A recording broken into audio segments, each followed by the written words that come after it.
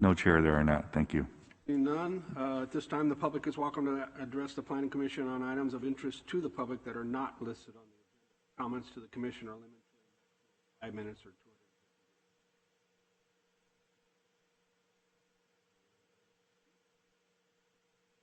Okay, we'll move on to action item number 1, truck parking and sales.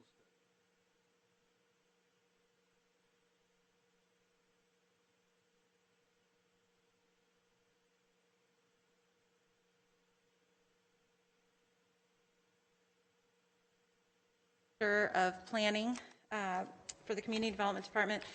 Tonight we are here before you with the second study session to look at creating an ordinance for truck parking and truck sales. What we did this time around was the first time, if you'll recall, a few months ago we came and kind of got your initial comments from the Commission. Went back, did some additional research, and sent this out for the public. The public has had an overwhelmingly positive, they've been very positive about what we're doing, but we're still trying to narrow down exactly what we're going to do. So tonight I'm just going to keep my presentation kind of brief, and then we can open it up for questions or comments if you'd like. So just to touch on, I'm going to repeat a little bit of information from the first study session. We're doing this ordinance to address the shortage of the available truck parking and sales locations in San Joaquin County. This ordinance has been requested for a long time, all the way back to about 3 years ago, where there was a grand jury report indicating that we have an ongoing enforcement problem with illegal truck parking. And so we did do what the grand jury report wanted, which was to increase the enforcement officers to help with that situation, but we really need to look at the big picture and see how we can not only enforce the truck parking problem, but maybe offer some other opportunities so that people have a legal place for truck parking and sales. So specifically, we look at the interchanges along the main interstates and state routes. We did, can we put the PowerPoint up?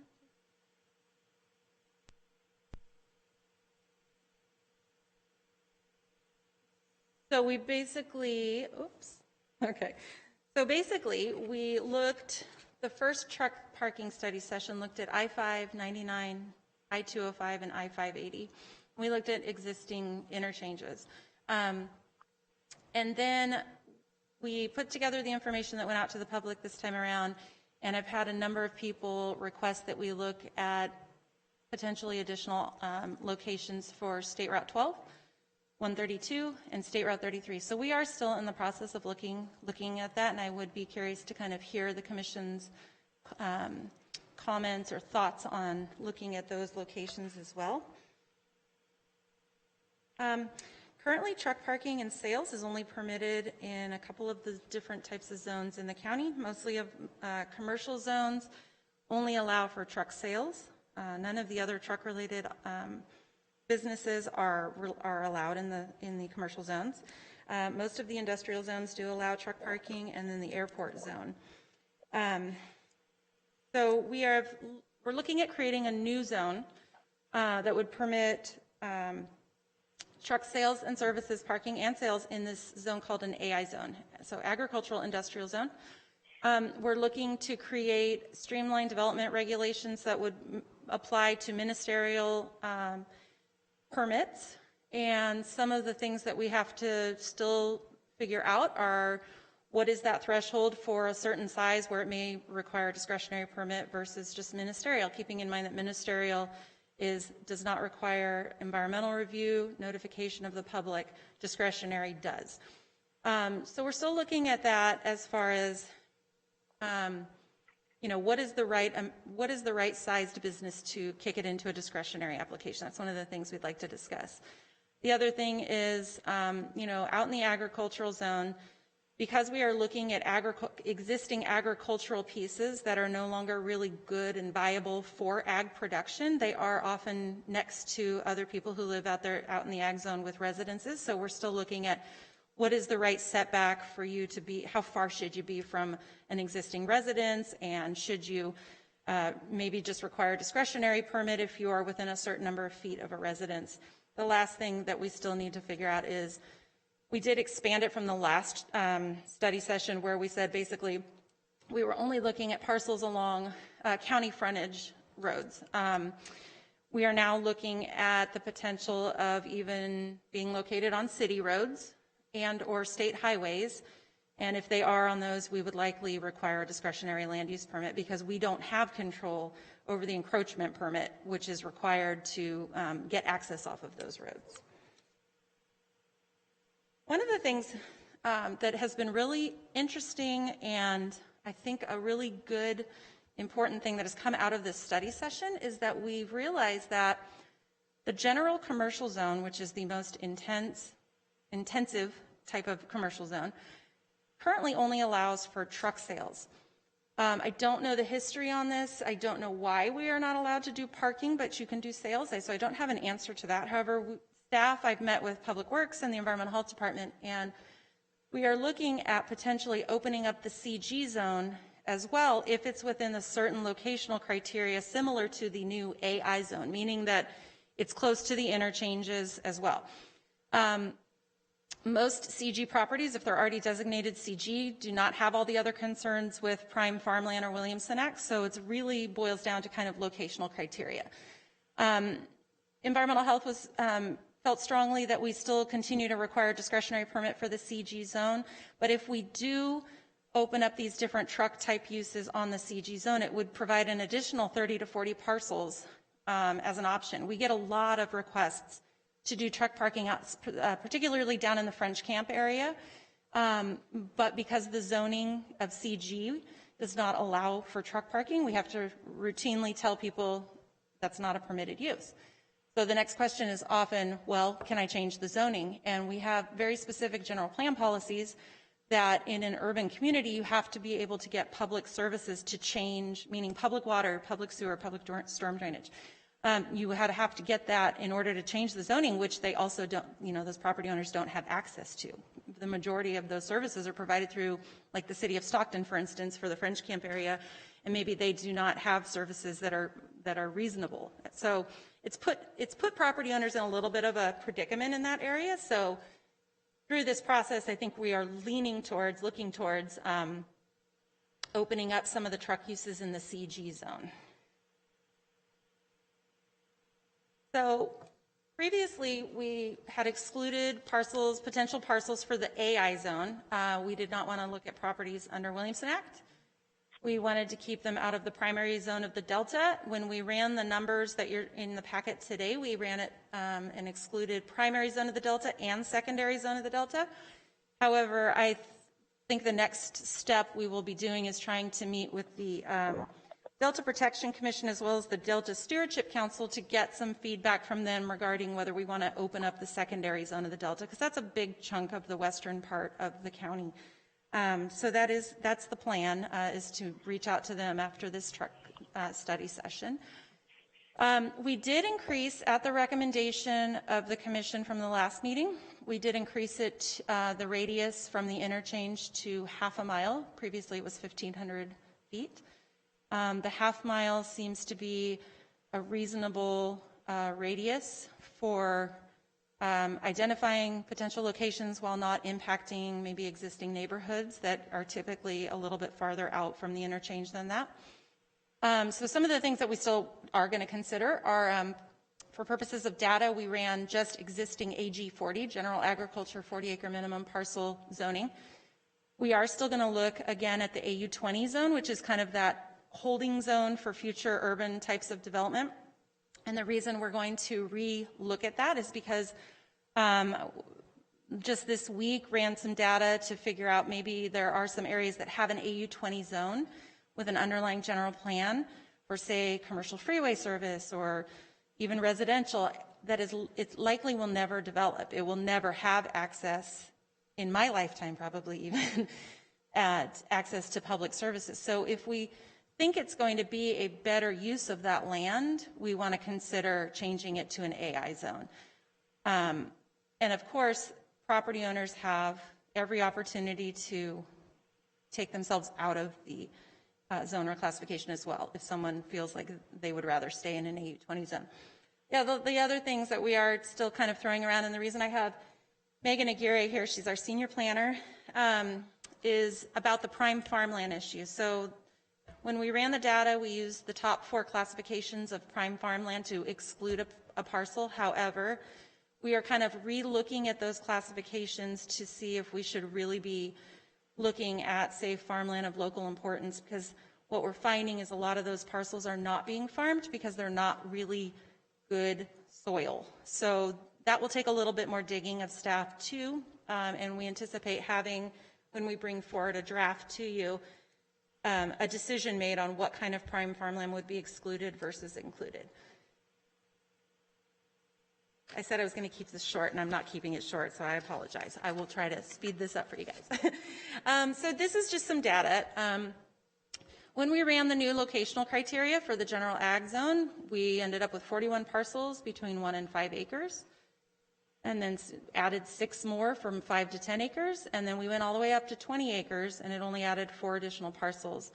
And of those parcels, we basically were able to look at them and say, these are not prime farmland parcels, they're not being farmed, they meet the locational criteria. Even though that's a large piece of property, they're not being used for what they're zoned, which is the general agriculture. And then the ag urban reserve designation really only added about 7 more parcels, but they're important parcels because they're not maybe being used for the best use or planned for the best use.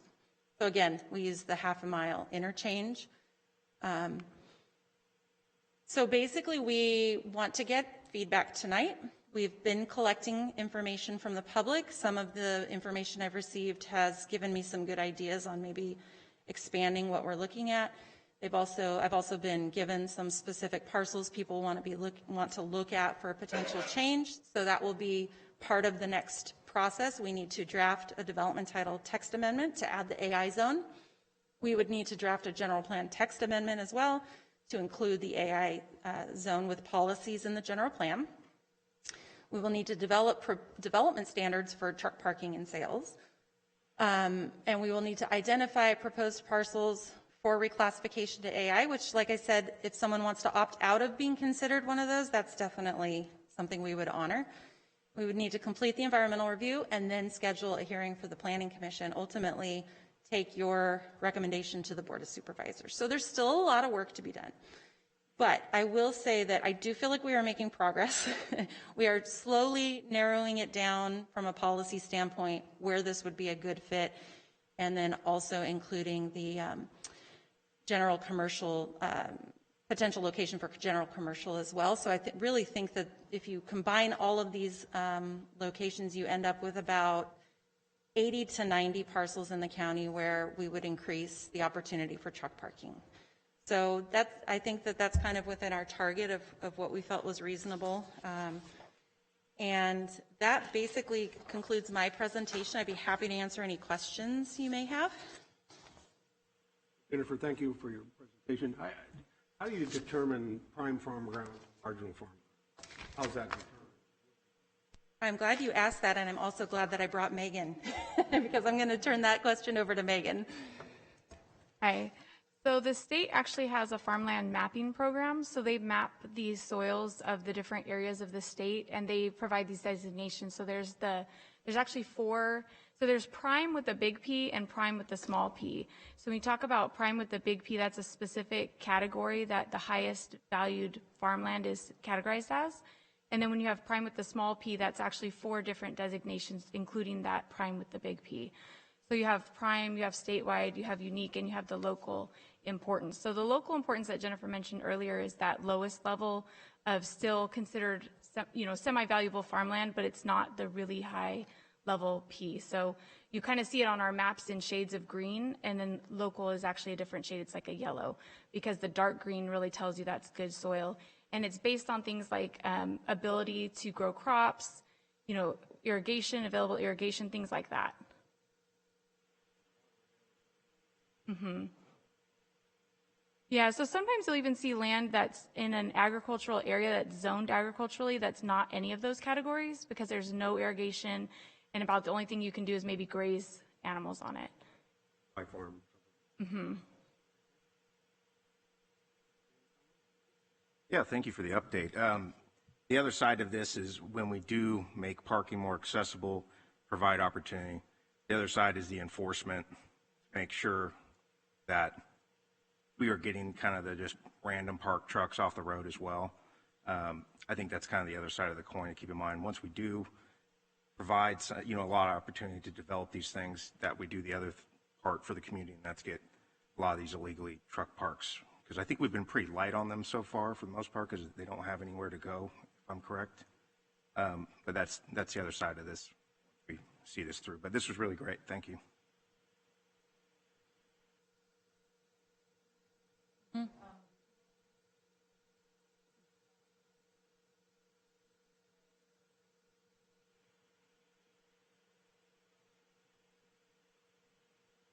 But if the truck sales are there and a bunch of trucks are standing there, what is the big difference between having truck parking lot and having a truck sale lot?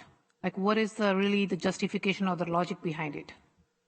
Well, thanks for asking, Commissioner Sangha. I don't have an answer to the logic. I can only tell you that when I looked at it, I had that same exact question, and when I dove into it a little bit more with the other departments, no one seemed to know why it was that situation. It doesn't make sense it doesn't make sense logically that you can have something sitting there to sell, but you can't have it sitting there to park short or long term. So that's why this study session started out looking at different agricultural properties that were no longer viable to try to find some alternatives for parking along the interstates.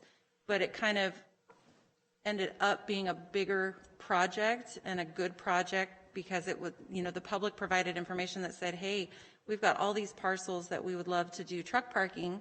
And I will say we do I personally get multiple phone calls a week about doing truck parking. It's probably the most common business these days that we're getting phone calls on. And so when we started looking at that CG zone, I mean, we just agreed there doesn't seem to be a big difference between parking and sales. And in fact, in the CG zone, we're looking at expanding even the other truck sales and services types of uses, truck washes, truck Repair, yeah, the repair shops also. basically all the truck uses in the county except a truck terminal. So I don't know if that answers. I'm sorry, I don't have an answer for you on that. I don't know. I didn't mean to put you on the spot, but that's okay. that was one of my questions because few people were asking me and it didn't make any sense to me. So I said, maybe, you with your expertise might come up with some kind of answer. Couldn't come up with anything, so I would say I just agree with them. Okay, thank you for that. Another question, maybe this is for code enforcement. So if somebody has a parcel which is considered commercial by the freeway or by the 205 or I-5 or 580 or anywhere, and somebody's parking trucks over there without the consent of the owner, why does the owner get the ticket? Shouldn't the truck drivers get the ticket or the truck company get the ticket for that, for the violation? So I don't think I'm the right person to answer that question. We do have our code enforcement manager here, and then I don't know if our director would want to weigh in on that at all, the enforcement side of it. I'll appreciate that. Thank you. So ultimately, the property owner is responsible for their property and everything that's going on their property. So if you had someone parking their truck on your property, we would send you a notice. You always have your 30 days due diligence to come into compliance. We'll work with you. Code enforcement's never like, 30 days and that's it. We're, done. We're going to work with you, but it's always the owner's responsibility for what's on their property. So not to argue here, but talking in general terms, when the owner is not around the property or the owner doesn't live on the property or isn't in the same vicinity in the city or county, but wherever the owner is, the owner gets a letter from the code enforcement. So the owner can only, I'm not justifying anybody and I'm not taking any sides here. My question is how is the person who is not there, but that is their property? I understand if something goes wrong, it's the owner's responsibility. Mm-hmm. But if people are out of the city, the state, or whatever the reason could be, this may not be a planning commission question, but I was asked this question many times with some of the people who have some land, and they said that even the county is sending them the letters, and they don't even know who's parking there overnight and going the next day. By the time they get there, so many people come and go. So that was one of the concerns that I just wanted to bring to the attention that, what do you tell people like that? And through the chair, Commissioner, we only have land use authority. That's the only authority we're granted under the county title. We don't have any other authority such as that, which really implies more of law enforcement authority to be able to chase down the illegal parkers, basically. So that's the primary reason why we don't really have land use authority. So we can only address the land property owner. I understand. Thank you so much. I just wanted to bring it up because it was brought up to me by a few of the landowners in San Joaquin County in District 5. And I didn't want to give a wrong answer, so I'd rather hear it from the source. And that's what I was trying to do. Thank you so much. No problem. Thank you. One other comment. This came up 4 or 5 years ago through the planning commission. Had a truck parking sales repair combination. They were able to park 20 trucks and sell X, have X amount to sell, but then what they did is they ended up with 50, 60 trucks there on that lot. they weren't permitted for, but they said, well, process of being repaired, and a lot of them are in a boneyard, and they're never going to. Code enforcement looks at that, or how the county's going to look at that. Start out with a nice, clean setup for truck parking.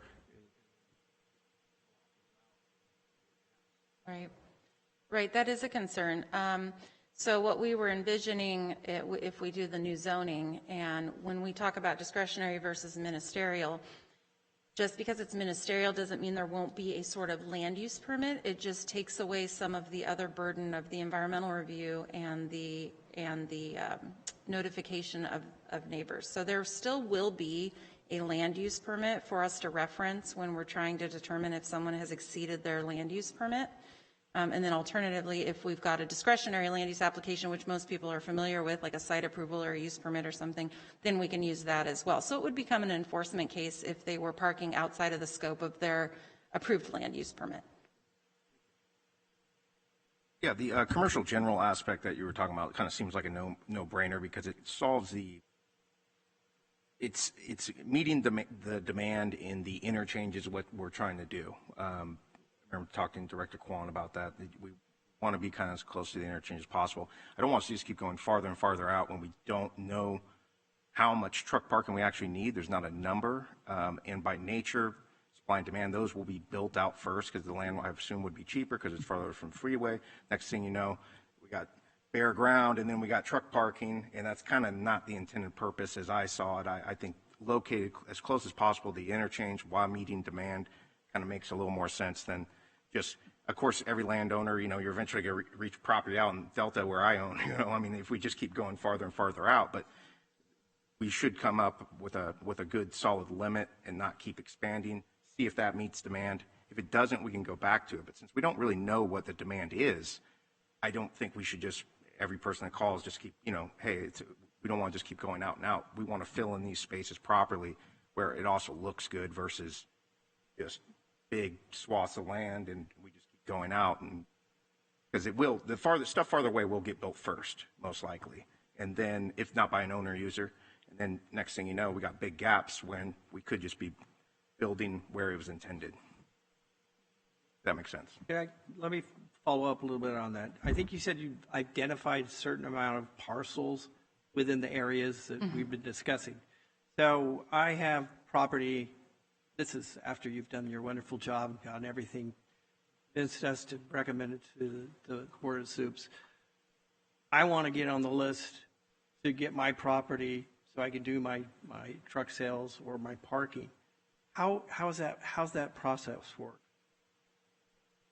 One of the biggest challenges, Commissioner Roostaller, in drafting these types of ordinances is setting a policy with a recommendation that staff feels like we can enforce and make sense and provides an opportunity for people in the future to look at their property and say, I think I meet this criteria. So we look at locational criteria, but we also look at things like Megan was referring to, like prime farmland and things like that. So all of those different parameters, if you will likely be incorporated into the general plan policies that we set. So just for example, if we've got somebody has a piece of property and they say, I want to do warehousing on my property, what zone do I need? We would look at, say, a general industrial zone classification in the general plan, and we would say, where is that supposed to occur? Where is IG zoning supposed to occur? And the general plan provides guidance on where these should go. And so we would have a very similar type of policy written into the general plan regarding the AI zone. Not to say that things can't, like Commissioner Grunsky said, like it can evolve over years, because this is I mean, in my 20 years with the county, we haven't had any new zones created. I think probably the one previous was like maybe the IT zone, which was done before my time, which was like in 2000. So we don't add zonings lightly, if you will. We were thinking very intently on what's good for the county, what meets the needs of the truck parking, but without just opening it up for everywhere in the county, because it doesn't make sense. If you talk to Corinne King, the enforcement manager, she would tell you probably that a lot of the enforcement problems are because trucks are parking on parcels that have had to go through neighborhoods. They've had to go through areas with maybe smaller residential type of parcels. And that's where you get into conflicts. But if you stay closer to the interchanges, you don't typically find large neighborhoods. Now, we're not in the city. Some of the, if you went through the city of Stockton, you would see residential development all the way up to I-5.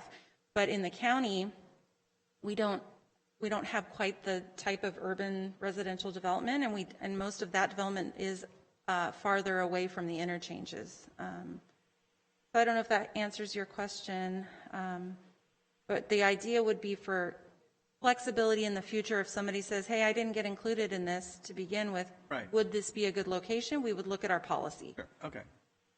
Commissioner, if I can add, when we bring you a package, we're going to identify all the parcels and that we believe could be rezoned to AI, and then also those parcels that are CG that would benefit from any change as well. Just in your notes for the evening, you have 2 or 3 requests. Similarly, are we asking to be included? And what's going to happen at the end of the day is we'll notify these folks. They'll have the chance to appear before you as well. But we're also going to bring you a recommendation on, up to 90 parcels as we presented so far that should be rezoned to AI, or the CGs that will be, allow some additional truck parking as well. So, and there'll be that additional opportunity. But when we bring you that list of parcels, I think you're probably going to get not only feedback from us, but from the trucking community as well as the property owners. Jennifer, just a scenario. If you have a half-mile radius, you've got somebody that's parking for grandfathered in on something like this? So the term grandfather means that they were legally established at the time that they went into business. I'm going to just kind of simplify it a little bit. So unless they were on a parcel that allowed the truck parking to begin with, and they had a permit to establish a truck parking facility, then no, they would not be grandfathered in. But because we are wanting the public's input and we are trying to solicit the public's comments, I have had a number of people who said are in that situation where they maybe aren't currently under enforcement, but they own a piece of property and they want to use it for truck parking because they really have been using it for truck parking already. So we're happy to look at really anyone who wants to submit their property. It's not a guarantee. We have to make an educated recommendation using the policies that we feel are best for the county. So. No way for any of us to know how much truck parking we actually need, correct? I mean, it's pretty anecdotal. I mean, however you say the word. I just got back from Disneyland with 2 kids last night, so my brain is not. I'm surprised I've gotten anything out. But there's no way to really know. So I think all the stuff that you have in there now is good. I think if we go back to landowners, and could keep wanting to get more expansion, but this could very well meet the demand and more. Of course, I mean, obviously, we listen to everyone and everything like that, but I do think that at some point we'll have to cap and not keep, just including, because, we want to really help, obviously I'm local trucking, or ag truck parking, all that. We don't necessarily need a FedEx terminal in every block type situation. So it's providing the need for the county. We'll get good tax revenue out of it and enforce it as well. So that's my idea of just the total project. And you guys have done a really great job. So I really appreciate it. I think you have too. I got a question though. Have you, in the state, gone up and down to the other counties? State, are they looking at the same thing about trucking and parking? Have you looked to see if they have something that we might want to put into the study or into our plan going forward? Just for clarification, Commissioner Roostaller, do you mean property owned by the state? Or what? No, I mean the county, Sacramento County. Oh, have I looked at surrounding counties to see what their policies are? I actually haven't really. We know if any other county is actually looking at doing this. Not that I'm aware of. We do have a director who was up in Sacramento County. I don't know if he So, if he Mr. has Director, any. do you remember if you ever had a study like Hasn't that? been that long, right? So we have not looked, as Jennifer said. I don't know the other counties necessarily have the same demand as we do. We have both agricultural truck parking demand as well as logistic truck parking demand. So we also have a number of different interchange locations and our proximity to the Bay Area as a major logistic point. So I honestly don't see Sacramento County having the same kind of demand as or issues. I did not hear a lot of code enforcement problems in this kind of same vein, but I also know that it takes a lot in terms of the process for a policy board like the Plan Commission and the board to take this up and keep on having us moving along this direction, as well as our staff doing this. So, we're looking at adding policy to the general plan as a standalone, which doesn't always occur that often. So we're looking at adding policy to the general plan as well as changing, like Jennifer said, we're actually adding a zoning designation that actually allows for all the benefits of what the agricultural zone allow already and to allow for these uses. And I think that's pretty creative. So I'll say that's actually more significant than even looking at the demand issue, or maybe it is equally significant in terms of promoting something that is looking out for the county. So I think from that standpoint, hats off to Jennifer and the team doing that. So Wasn't in any way trying to despair. oh no, I totally get that. I'm just saying it's a really Want to be creative able to approach. get out of here alive tonight. A really creative approach on both the Plan Commission as well as staff trying to address its own problems. We're not just trying to, we got a grand jury report and said you should add, and we came up with a solution to add code enforcement a code enforcement officer. Well, that just created more citations. It didn't fix the problem. So, 6 years later, we're looking at this and say there's a better way of approaching this. So I think that's how we're trying to address it.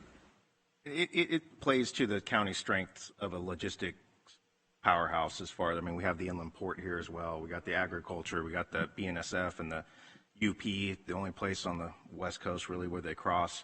It totally makes sense. I always just, on something this sweeping, I always worry about some unintended consequences. I don't want to be leaving French Camp to Stockton and it takes me 2 hours, because it's so impacted. But it's a wonderful, it really is, it's probably the future of the county in going in this direction. And it does make a lot of sense. I've been really impressed by the whole process. I feel like I just got in the Plan Commission at a good time because you guys don't even get to work on something this exciting in years. So it's pretty, I think we're all pretty lucky to have some input on it. I was just curious if out to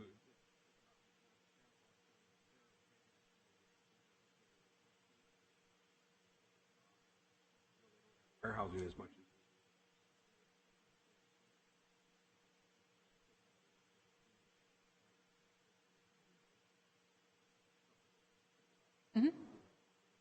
Definitely. any other questions or comments? Well, I think you've done a great job, and it's a big job to rezoning all these parcels and the study. I can see where that is so in depth, and where maybe it would even go, start one thing and then it leads to other questions. So I think it's going to be great, and it's going to be nice that people will know whether or not that is for truck parking or not. And I don't see how, I guess if the demand got, if we used up all that truck parking, we'd have to get creative again and stack them on top of each other or something. But done a great job. Thank you. Comments? And thank you, Jennifer and staff. Thank you. Okay, next business, progress report on modification revocation of PA 200145.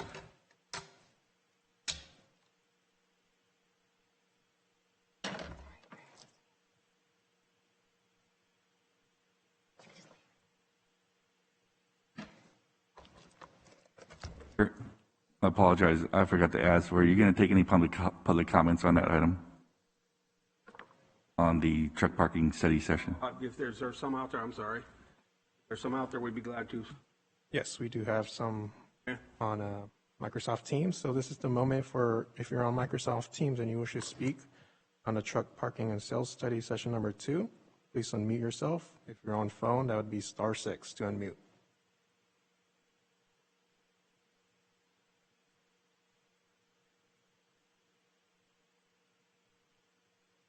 I'm seeing no participation at this time. All right, thank you. Chair, there might be somebody in the audience too. Your name and address, please, sir. First off, I want to thank you guys for hearing us out. Jennifer, awesome job. Mr. Kwong, thank you. Ms. Morell, we've talked on the phone a few times. My name is Brad Christie. The piece of property we're trying to get through to this is 19351 North State Route 99. Just a little quick background. My father and I are 5th and 4th generation residents of Lodi.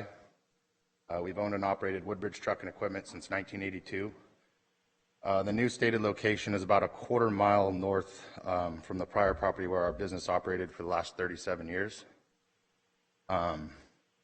We purchased this piece in 2019. When we purchased the property, it was overgrown with weeds, some trash piles from vagrants, awkward piece of property right next to the freeway in between the frontage road, small piece, then the piece across the street that went with it.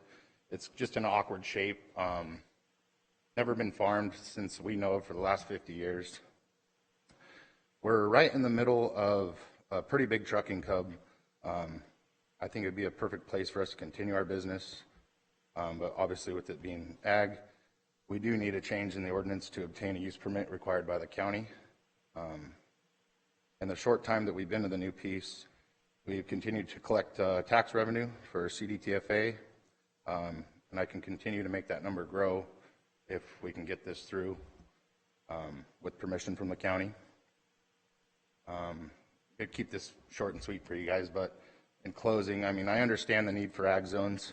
However, properties such as ours, they're not really feasible due to farming because of the size, the shape, and being located directly next to the freeway. With the county allowing some other uses on these smaller freeway properties, I think it would be well received by the community as a whole and businesses alike, all while generating some tax revenue and new jobs. But I appreciate you guys for taking the time to listen to me. Thank you. I think you submitted a letter not too long, maybe last time, with a map. Yeah, I remember. That's a perfect example of a parcel that would be good truck parking. And there's a couple letters from the surrounding businesses because there's about 4 or 5 trucking companies within a stone's throw of us. So it's not like, I understand you don't want people going out in the middle of a nice piece of ag property building a gas station. I mean, we all get that, but. I think that property is a really good example of what we're trying to address, Yeah. for sure. I mean, kind of on the no-brainer And side. kind of reiterate what you guys were talking about, San Joaquin County is a huge trucking hub. I mean, you have some of the biggest trucking companies.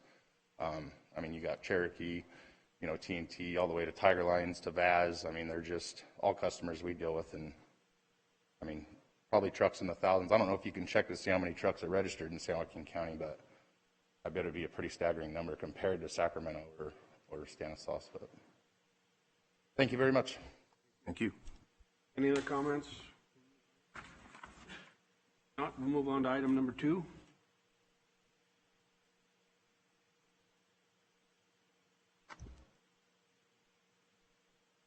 Good evening, Commissioners.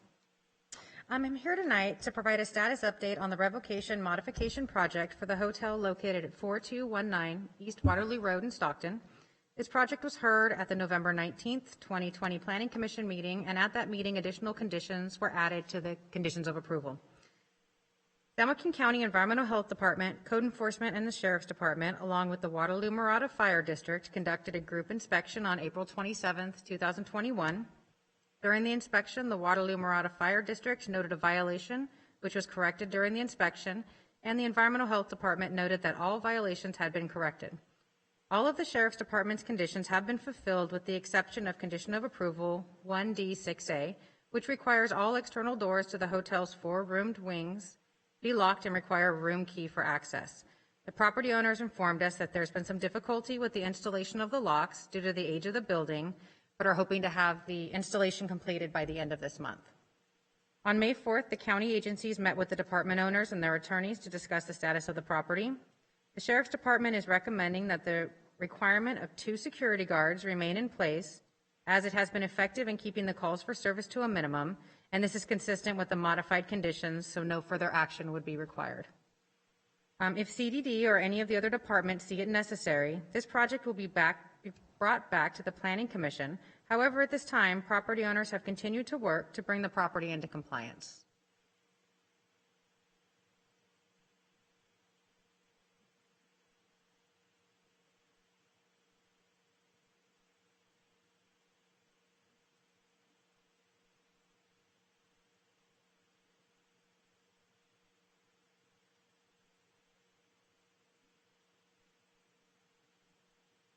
Good evening.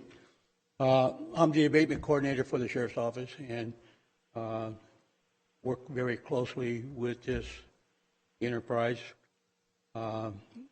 Whereas the calls for service has been drastically reduced, I credit that to the fact we have 2 guards on site 24/7. I recommend we keep that because it seems to be working. The calls now would be consistent with any other business you might run in that geographical area. Of concern I have, because I've been monitoring this thing from day one, concerns I have is I periodically go through the facility myself, and I went through yesterday. And each time I go through, there's an issue there of security, and they have 4 units, and each unit has entry and exit doors. I have never seen them secured. They've always been wide open, and you might hear that maybe that some of the clientele are leaving them open. That might be the case, but a lot of these doors are propped open with the garbage can or whatever they can find to keep it open. I look at that as a security breach. It allows anybody to get in there, even without the detection of the security guards. And again, is a client that are going to get surprised by the unknown. Now, if you know the layout of this facility, it's 10 acres. 10 acres, and they have 4 large double-decked structures that have to be guarded. So, and I brought this, by the way, to the attention of the owner and his attorney about the breach of these doors. I take that very serious, and I'm wondering if the owner is, because he's been working with us in all aspects, but when it comes to the tight security that this place demands, it's not being done. But again, the calls for service are down. We're going to continue to monitor it. The Sheriff's Office now has deputies they can send someplace else and not here. If something changes, we'll bring this thing back up. And like I said, we wish them success. We just want peace and quiet there. That's all I have. Any questions? Thank you, sir.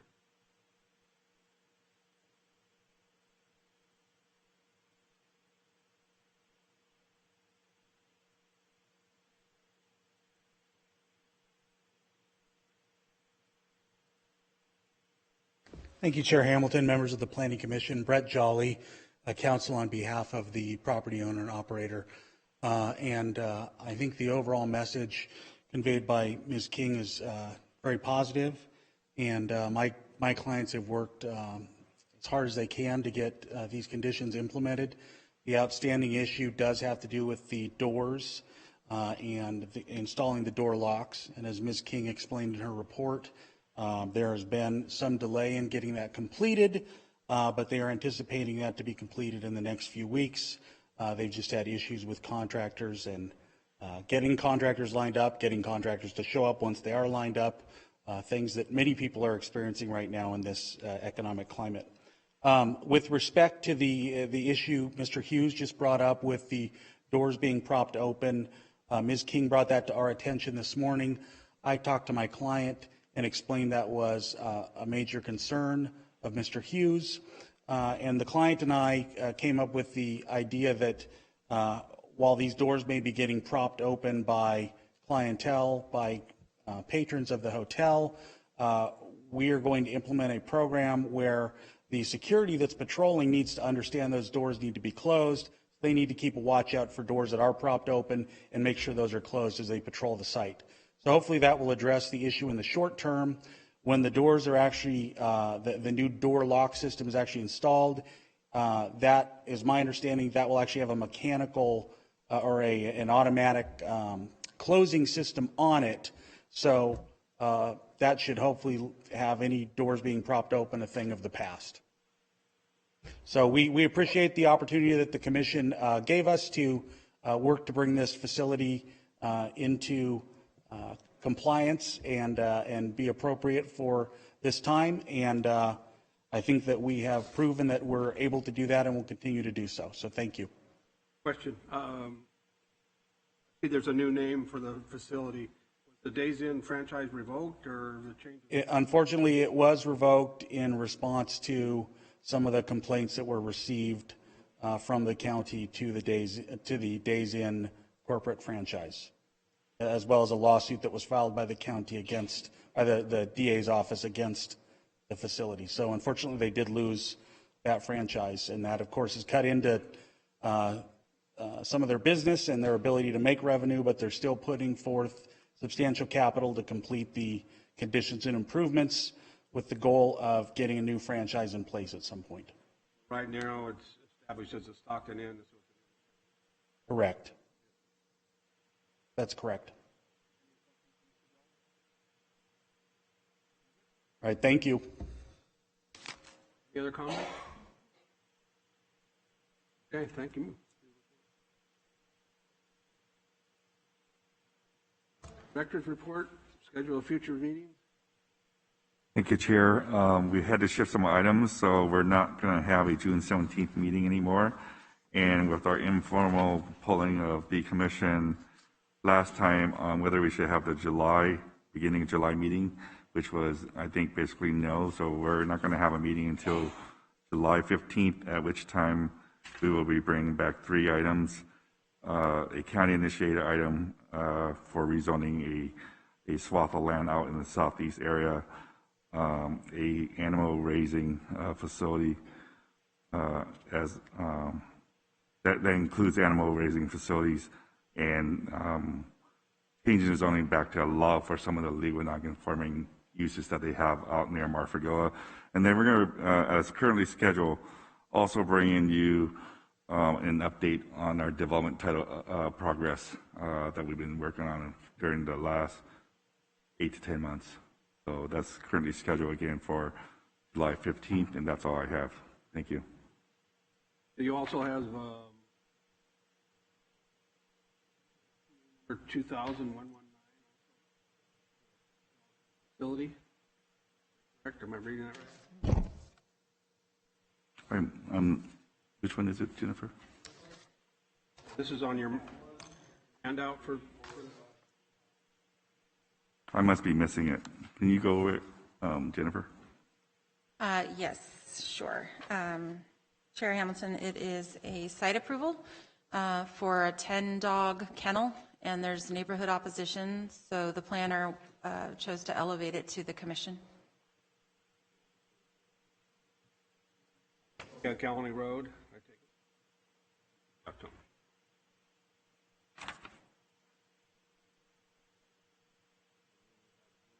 For amendment. I'm just going over these to the commission. Yes. Apologize, Commission. Yes, I'm not sure where that one went. I apologize. Sorry, I didn't have that second page. So We got this, all these on for the 15th. So I don't know if it's a typo or what, but that's in our packet. there's a general. I count 6 items. Yeah, with that, it's a hefty agenda. It's a general plan amendment and zone reclassification. It's the mini storage.